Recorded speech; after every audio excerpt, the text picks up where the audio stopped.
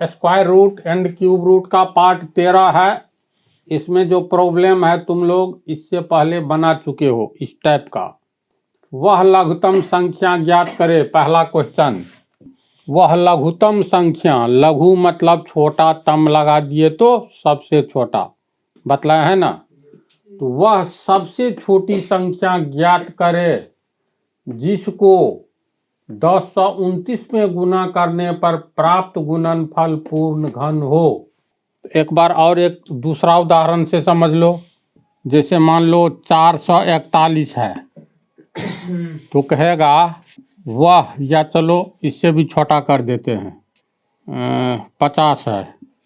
वह लघुत्तम संख्या ज्ञात करें जिसको 1029 में 50 में गुना करने पर प्राप्त गुणनफल पूर्ण घन हो। ये बात हुई। सेम टाइप का हिसाब हो गया 1 जी। तो घन यानी क्यूब में त्रिक में से एक निकालना है, बोले है ना। और वर्गमूल में 2 में से एक निकालना रहता है। 2 समान संख्या में से एक समान संख्या। और घनमूल में क्या करते हैं, 3 एक ही तरह के संख्या का त्रिक बनाते हैं, उसमें से एक निकालना रहता है। अब कहता है वह लघुत्तम संख्या, छूट गया है, वह लघुत्तम संख्या ज्ञात करें जिसको 50 में गुना करने पर प्राप्त गुणनफल पूर्ण घन हो। यानी वह संख्या खाली स्थान में दे दो, वह लघुत्तम संख्या, ये लघुत्तम संख्या खाली स्थान में हो गया। ज्ञात करें जिसको 50 में गुना करने पर, तो यहाँ पर जो आएगा इसको 50 में गुना करेंगे तो ये क्या हो जाएगा, रिजल्ट में पूरा पूरी घन हो जाएगा, क्यूब हो जाएगा। समझा। तो इसका अर्थ है इसको तोड़ो तो इसका त्रिक बनना चाहिए, नहीं बना तो किस चीज़ की कमी रह गई है। जैसे खाली संख्या गुने 2 पंचे 10 पंचे 50, इसमें तो किसी का त्रिक नहीं है, नहीं ना है। तो मान लो हम अपने मन से 5 आना चाहिए, एक ठो आना चाहिए ना। हाँ। तो 5 का त्रिक लग जाएगा, ये अपने मन से हम जोड़े हैं। और 2 एक ठो है तो गुने एक और खाली स्थान दे दो, तो 2 और यहाँ भी 2, देखो 2 का त्रिक लगा, 3 ठो 2 हो गया। तो 3 ठो 2 में से एक ठो 2 निकला, 1 2 3 ठो 5 हो गया तो 1 5 निकला, 2 पंचे 10। खाली स्थान को देखो, नहीं, हाँ त्रिक तो बना लिए, ये अब घन होगा, इसमें 2 मत नहीं है। ये 2 गुने 2 गुने 2 गुने 5 गुने 5 गुने 5, 2 दूनी 4 दूनी 8 पंचे 40 पंचे 200 पंचे 1000। 1000 को सीधे तोड़ो तो 10 दहिन 100 दहिन 1000, यानी 1000 हो गया पूर्ण घन संख्या, हुआ ना। और किसका घन है तो त्रिक बनाओ 1000 का, तो ये 3 ठो 10 आया तो 10 का घन है। ऐसी बात बतलाए हैं, बोलो कि फिर रिवाइज कर दे। बताए हैं, याद है ना सबको। तो इसका मतलब 50 को किससे गुना करेंगे, 50 तो हो जाता है 2 पंचे 10 पंचे 50, इतना हो गया 50। तो वह लघुत्तम संख्या ज्ञात करे जिसको 50 में गुना करने पर प्राप्त गुणनफल पूर्ण घन हो। तो ये 50 में हम किससे गुना किए, 2 पंचे 10 दूनी 20, ये तीनों खाली स्थान को गुना करो तो 20 आता है ना जी। 2 पंचे 10 दूनी 20, यानी एक ही खाली स्थान में लिख दो ना। इसको 20 से गुना करेंगे, 2 पंचे 10 पंचे 50 को 20 से गुना करो सीधे 1000। ये 10 का घन है। कैसे बनेगा समझा। कोई भी संख्या दिया रहे, जो वह लघुत्तम संख्या ज्ञात कीजिए जिसको 50 क्या, कोई भी संख्या ले सकते हो। मान लो 30 से ही गुना करे, 30 को किस सबसे छोटी संख्या से गुना करे ताकि प्राप्त गुणनफल, दोनों को गुना करेंगे तो गुणनफल प्राप्त होगा। यहाँ गुणनफल कुछ प्राप्त होगा। कहता यह गुणनफल कैसा होना चाहिए, तो पूर्ण घन होना चाहिए। तो कैसे निकालेंगे, यहाँ खाली स्थान में क्या आएगा, तो खाली स्थान गुने ये जो भी निकलेगा उत्तरिक होना चाहिए, यानी 3 के समूह में होना चाहिए। तो पहले इसी को न तोड़ेंगे, तब पता चलेगा खाली स्थान में किसका त्रिक घट रहा है। तो इसको तोड़ेंगे तो ये हो जाएगा 2 पंचे 10 या 30, ये तीनों का त्रिक है। अब तीनों का त्रिक बनाना होगा, यानी 2 लिखेंगे 2 बार। खाली स्थान में देखो क्या लिखाएगा, 5 लिखेंगे 1 बार है तो 2 बार, 3 लिखेंगे 2 बार, 3 लिखेंगे 2 बार, 2 बार।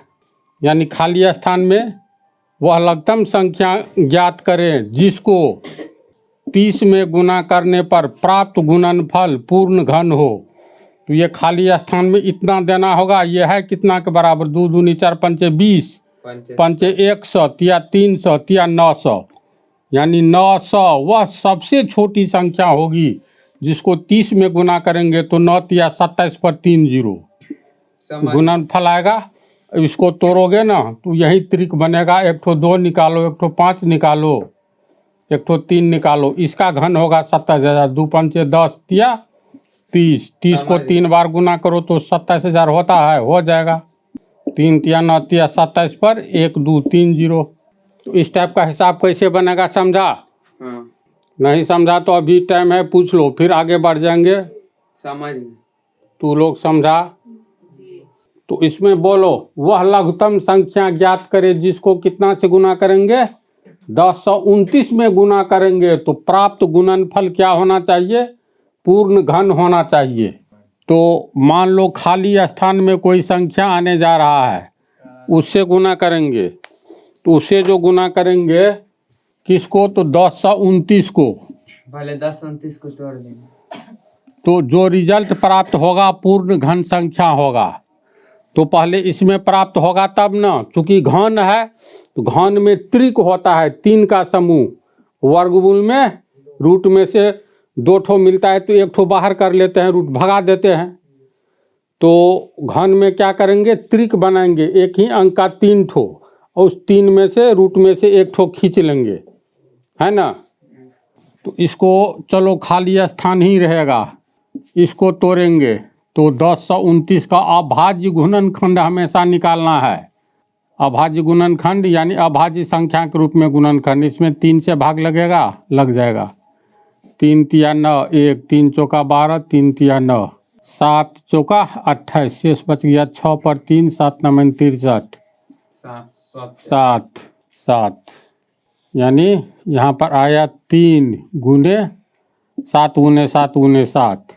इसका मतलब 7 का त्रिक है, 3 ठो समूह त्रिक कहलाता है, एक ही अंकों का 3 समूह त्रिक कहलाता है। तो 7 का त्रिक बना, 3 का नहीं बना। इसका मतलब यहाँ पर क्या आएगा, 3 गुने 3 आएगा, 3 गुने 3 आएगा यहाँ खाली स्थान में। अब 3 का त्रिक बन गया तो खाली स्थान में 3 तिया 9 हुआ ना, 9 गुने 1029, गुने इतना हो गया 1029, यानी वह लघुत्तम संख्या यानी सबसे छोटी संख्या 9 है जिसको 1029 में गुना करेंगे तब जो रिजल्ट आएगा वह पूर्ण घन संख्या होगा। लेकिन ये तो लोग बतलाओ, इसमें लघुत्तम संख्या लिखा है, इसका मतलब और भी ऐसी संख्याएं होनी चाहिए जिसको अगर हम लोग 1029 में गुना करें तो पूर्ण घन होना चाहिए, है ऐसी बात? तो इस पर तू लोग पूछा नहीं। वह लघुत्तम संख्या का अर्थ है वह सबसे छोटी संख्या, लघुत्तम मतलब सबसे छोटी। तो सबसे छोटी तो नहीं है, तो हुआ। तो इससे जस्ट आगे वाली बतलाओ, जस्ट आगे वाली। तो ये अंक बड़ा है, देखो ऐसा कंसेप्ट लो जो आने वाले समय में इससे भी मतलब थोड़ा जटिल हिसाब रहे, ये सब तो दम नहीं है तो बन जाए। इसको इसका आंसर 9 आएगा, समझ गया ना। देखो जैसे मान करके चलो 36 है, ठीक है, तो 36 में वह लघुत्तम संख्या ज्ञात कीजिए जिसको 36 में गुना करे तो प्राप्त गुणनफल क्या होना चाहिए, पूर्ण घन होना चाहिए। तो ऐसी कितनी संख्याएं, 36 से भी छोटा उदाहरण लो, 4 लो, 3 लो, 5 लो, 6 लो, 7 लो, तब समझने में आसानी होती है। यानी 4 को किस सबसे छोटी संख्या से गुना करे, यानी लघुत्तम, लघुत्तम का अर्थ हुआ सबसे छोटी, 4 को किस लघुत्तम संख्या से गुना करे ताकि प्राप्त गुणनफल पूर्ण घन हो। तो लघुत्तम का अर्थ हुआ सबसे छोटी, इसका मतलब सबसे छोटी का अर्थ हुआ उससे भी बड़ी होती होगी, उससे भी बड़ी, यानी अनंत संख्याएं ऐसी होगी जिसको हम लोग 4 से गुना करेंगे तो प्राप्त रिजल्ट हम लोगों का पूर्ण घन होगा। तो उस अनंत संख्याओं में सबसे छोटी संख्या कौन सी है, तो ये निकाल करके उससे आगे की 2-3 संख्याएं हम बतला देते हैं सबसे छोटी यानी लघुत्तम क्यों लिखा जाता है। तो इसका कैसे निकालेंगे, ये है 2 दूनी 4, ये 4 लिख सकते हैं ना गुने, इसका आंसर है 2, त्रिक लग गया ना, 1 2 3। तो 4 को किस सबसे छोटी संख्या से गुना करेंगे ताकि प्राप्त गुणनफल, तो ये सबसे छोटी संख्या 2 है, जिसे गुना करेंगे तो प्राप्त गुणनफल क्या होगा, 2 दूनी 4 दूनी 8 हुआ ना, यानी 2 का पावर 3, 2 को 3 बार गुना करोगे तो 8, 8 पूर्ण घन संख्या है ना, किसका, तो त्रिक में 2 है तो 2 का पूर्ण घन है। तो 2 अगर सबसे छोटी संख्या है तो उससे बड़ी संख्या निकालो, फिर उससे बड़ी संख्या निकालो। कैसे हम समझेंगे, 2 ही सबसे छोटी है तो 2 से छोटी 1 से गुना करेंगे तब त्रिक नहीं न बनेगा। फिर देखो 4 को जैसे हम लोग गुना कर सकते हैं, 4 को तोड़ेंगे तो 2 गुने 2 हुआ, अब 2 गुने 2 गुने खाली स्थान रहने देते हैं, एक ठो 2 से गुना किए तो त्रिक बन गया ना। अब फिर देखो 8 से गुना करो तो 8 को तोड़ करके ही गुना करो, ये 4 हुआ, तो 4 को हम लोग 2 दूनी 4 दूनी 8 दूनी 16, 16 से गुना करेंगे, ये 16 है ना, 2 दूनी 4 दूनी 8 दूनी 16, तो 16 से गुना करो तो क्या आता है रिजल्ट, 2 दूनी 4 गुने 16 यानी 64। 64 है पूर्ण घन, है किसका है, तो 4 चौका 16 चौका 64, 4 का पावर 3 यानी 64। 64 का त्रिक क्या है, 3 बार 4 यानी 64 का त्रिक हो गया 4, त्रिकार 4 3 बार आया है, इसीलिए 4 इसका घनमूल है और 4 का घन हो गया क्यूब 64। तो बोलो तो 4 को हम 16 से गुना करते हैं, ये 2 दूनी 4 ही है, तो 4 को 2 से बड़ी 16 है, जिसे गुना करेंगे तो 64 प्राप्त होगा। तो 2 से ठीक बड़ा कौन सा है, 16, उससे भी बड़ा लो, तो चलो 2 गुने 2 यानी 4 है, इसको गुना करेंगे, खाली त्रिक को ध्यान में रखो, देखो त्रिक लग गया, 1 2 3, दूसरा त्रिक बनाओ 1 2 3, तीसरा बनाओ 1 2 3। अब ध्यान दो तो ये 2 दूनी 4 दूनी 8 दूनी 16 दूनी 32 दूनी 64 दूनी 128 दूनी 256 दूनी 512, ये पूर्ण घन संख्या है किसका, तो त्रिक ले लो, पहला त्रिक इसमें से 2 निकल गया, दूसरा त्रिक इसमें से भी 2 निकला, तीसरा त्रिक इसमें से भी 2 निकला, 2 दूनी 4 दूनी 8 यानी 8 का पूर्ण घन है 512। तो इसका मतलब 8 का पावर क्यूब बराबर 512 होना चाहिए, तो 8 गुने 8 गुने 8, 8 8 64 गुने 8, 4 8 32, 3 6 8 48, 3 51, 512 हुआ। तो इसका मतलब 4 को हम तीसरी संख्या किससे गुना करेंगे, 2 दूनी 4 दूनी 8 दूनी 16 दूनी 32 दूनी 64 दूनी 128, यानी 4 को 128 से गुना करो तो 512 प्राप्त होता है, 4 को 16 से गुना करो तब 64 प्राप्त होता है, 4 को 2 से गुना करो तो 8 प्राप्त होता है। ये तीनों देखो तो पूर्ण घन है, इस तरह अनंत संख्याएं निकलती जाएगी। जिन संख्याओं को 4 से गुना करेंगे तो हमें पूर्ण घन संख्या प्राप्त होगा, और इस अनंत संख्याओं में सबसे छोटी संख्या 2 होगा। इसीलिए क्वेश्चन है वह लघुत्तम संख्या ज्ञात करें, यानी सबसे छोटी। इसका मतलब इससे बड़ी बहुत सारी संख्याएं होती होगी, अनंत संख्याएं। अब पता चला अनंत संख्या निकल सकता है, तो 4 को सबसे छोटी संख्या यानी लघुत्तम संख्या 2 से गुना करेंगे तो पूर्ण घन होगा।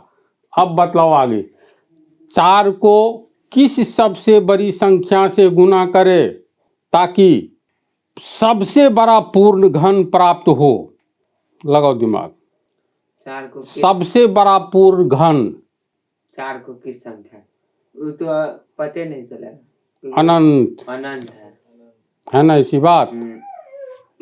तो इस क्वेश्चन को समझ गया, इसको हम भाषा में बना देते हैं।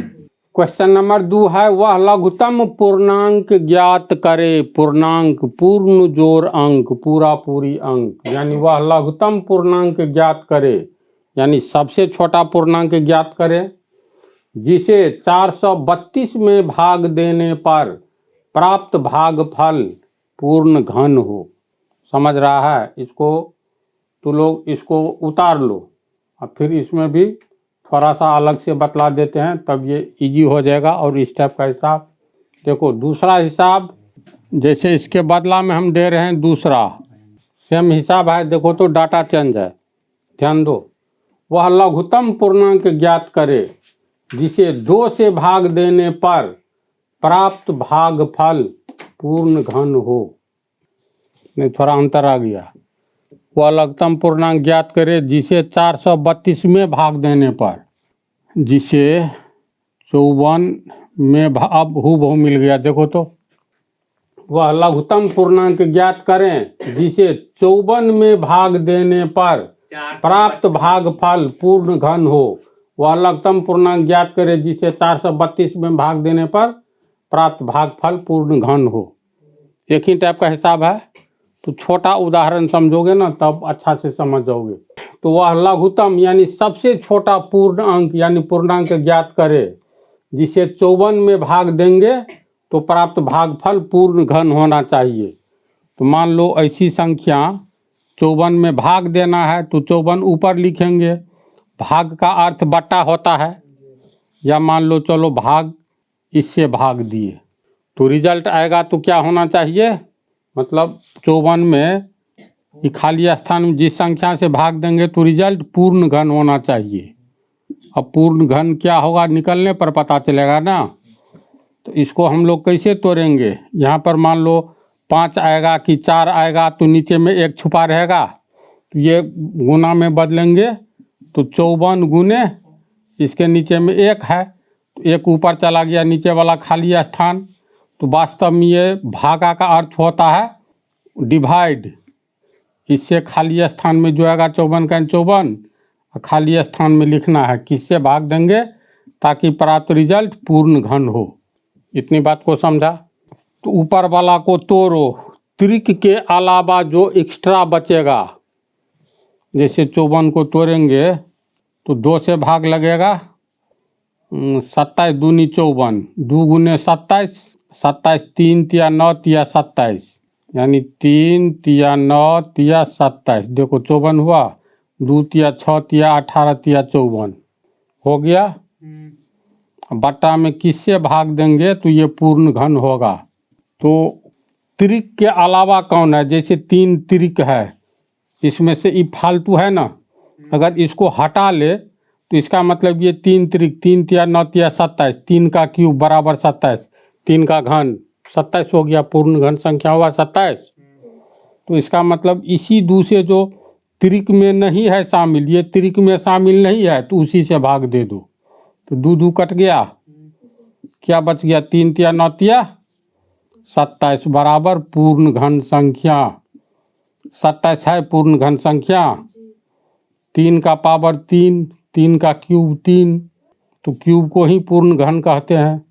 समझा इसको? जैसे यहाँ पर 64 रहता था, यहाँ पर चलो कोई बात नहीं, तो यहाँ पर 64 कर दो।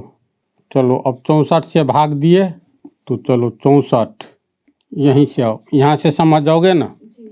64 मतलब, और सॉरी हाँ हाँ, 64 में किससे भाग दे ताकि प्राप्त संख्या पूर्ण घन बन जाए। तो 64 में मान लो खाली स्थान, ये हो गया पूर्ण घन। पूर्ण घन या पूर्ण घन संख्या। 64 को तोड़ो, 2 दूनी 4 दूनी 8 दूनी 16 दूनी 32 दूनी 64, खाली स्थान। इसका त्रिक है, इसका त्रिक है। एक लिख देंगे तो कोई हर्ज नहीं है, क्योंकि कहीं नहीं कुछ है तो पीछे में 1 से या आगे में 1 से गुना है, तो इसका मतलब है वह लघुत्तम पूर्णांक, तो 1 होगा आंसर। जिसे 64 में भाग देंगे तो प्राप्त भागफल 1 से भाग दो तो 64 ही प्राप्त होगा, जो कि पूर्ण घन संख्या होगा। 16 रहता था तो 16 रहता, तो चलो इसको 16 कर दो।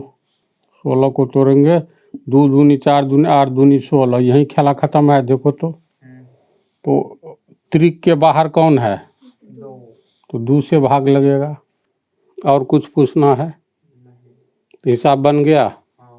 कैसे बनेगा बोलो? 432 का अभाज्य गुना, 432 का गुणनखंड लिखें। अभाज्य गुणनखंड है ना, अभाज्य गुणनखंड।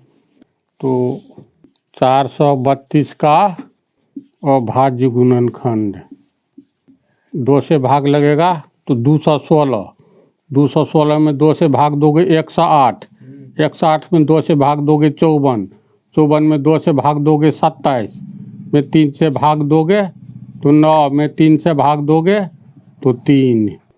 देखो 2 दूनी 4 दूनी 8 दूनी 16 तिया 48, 3 तिया 9, 48 गुने 9, 8 नमन 72, 4 नमन 36 और 7 43। सही है अभाज्य गुणनखंड। इसमें त्रिक वाला देखो, त्रिक मिलाओ, 2 फाजिल है, इसका कोई त्रिक उरिक नहीं है ना। यहाँ 2, यहाँ 2 एवं 3 का त्रिक है, लेकिन चौथा 2, 1 2 3 4, ये चौथा 2 हो गया, समझा। चौथा 2 का कोई त्रिक नहीं है, का कोई त्रिक नहीं है। अतः 2 से भाग देने पर, 2 से 432 में प्राप्त भागफल बराबर 432/2 बराबर 216 बराबर 6 का 36 गुने, इसको तोड़ोगे ना तो 6 का ये क्यूब हो जाएगा। प्राप्त भागफल 216 या 6 क्यूब है, समझ गए, जो पूर्ण वर्ग संख्या है, पूर्ण वर्ग संख्या है। तो किससे भाग देने पर, तो 2 से, इसीलिए आंसर बराबर 2। बोलो समझा इसको? इस टाइप का सब बन जाएगा। चलो इसको उतारो। देखो घन के बारे में मेंसुरेशन में बतलाएंगे। ये है ना घनाकार टंकी, घन जोड़ आकार, यानी ऐसा टंकी जो घन के आकार का हो। फिलहाल ये याद रखो, घन में 12 भुजा होता है, अब प्रत्येक भुजा समान होता है, समझ गया। और 2 2 4 2 6 6 पृष्ठ होता है, 6 पृष्ठ का क्षेत्रफल समान होता है। तो घन की आकृति ऐसे बनती है। इसमें ध्यान से देखो, 4 भुजा नीचे, 4 ऊपर, 4 4 8, 2 इधर 2 इधर, 12 हुआ। सभी भुजा की लंबाई समान होगी, सभी भुजा एक दूसरे पर लंब के रूप में खड़ा है। इसमें कितना पृष्ठ दिखाई देता है? इसका वर्गमूल निकालें तो इसमें पृष्ठ बोलो 6। अच्छा मेंसुरेशन में डिटेल में बतलाएंगे, फिलहाल आ जाओ। एक घनाकार टंकी, इसका आयतन होता है भुजा स्क्वायर। घन की ये भुजा 5 मीटर होगी तो ये भी 5, ये भी 5। लंबाई चौड़ाई ऊंचाई समान होता है, समझा ना। तो माना कि घनाकार टंकी की एक भुजा, एक घनाकार टंकी का आयतन है, वो आयतन है लीटर में, समझा। तो टंकी का भुजा ज्ञात करना है, लीटर हो गया आयतन में, और टंकी का भुजा आएगा तुमको किस में, तो लीटर को तू किस में बदलोगे, सेंटीमीटर में। तो चलो घन की, माना कि घनाकार टंकी की एक भुजा x सेंटीमीटर है, तो घनाकार टंकी का आयतन बराबर होता है भुजा क्यूब यानी x क्यूब।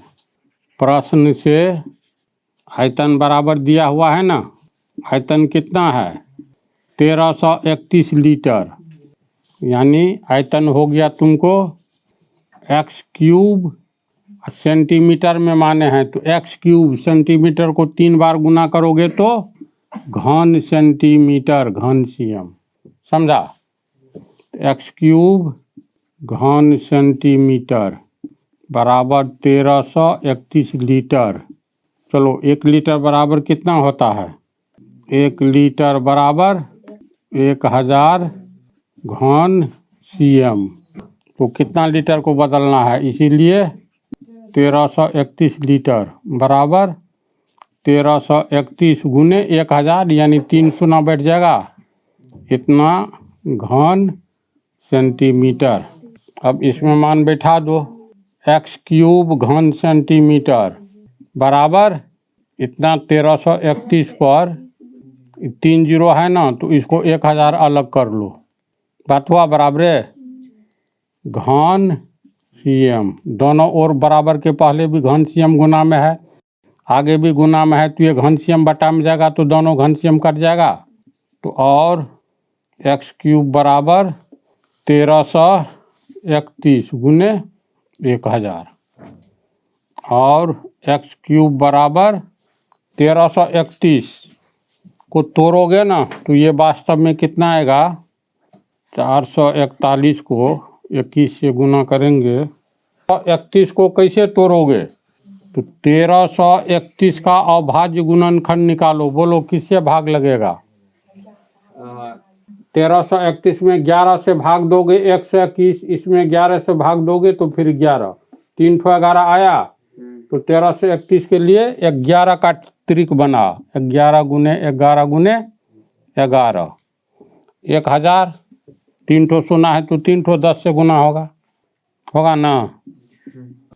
तो ये हो गया x क्यूब बराबर 11 का क्यूब और 10 का क्यूब, ये हो गया x का पावर 3 बराबर 11 गुने 10 का क्यूब, इसीलिए x बराबर 11 दहिन 110 यानी 110 cm सेंटीमीटर। लंबा इसको समझा तू लोग, इसके बाद इस लाइन को बोलो, तू समझ गया, तू लोग कैसे होगा बोलो। देखो a क्यूब गुने b क्यूब, समझा, ये a b का क्यूब हो गया, इसको तोड़ेंगे तो a क्यूब गुने b क्यूब इस रूप में टूटेगा। तो उतार लो अब नेक्स्ट पार्ट में।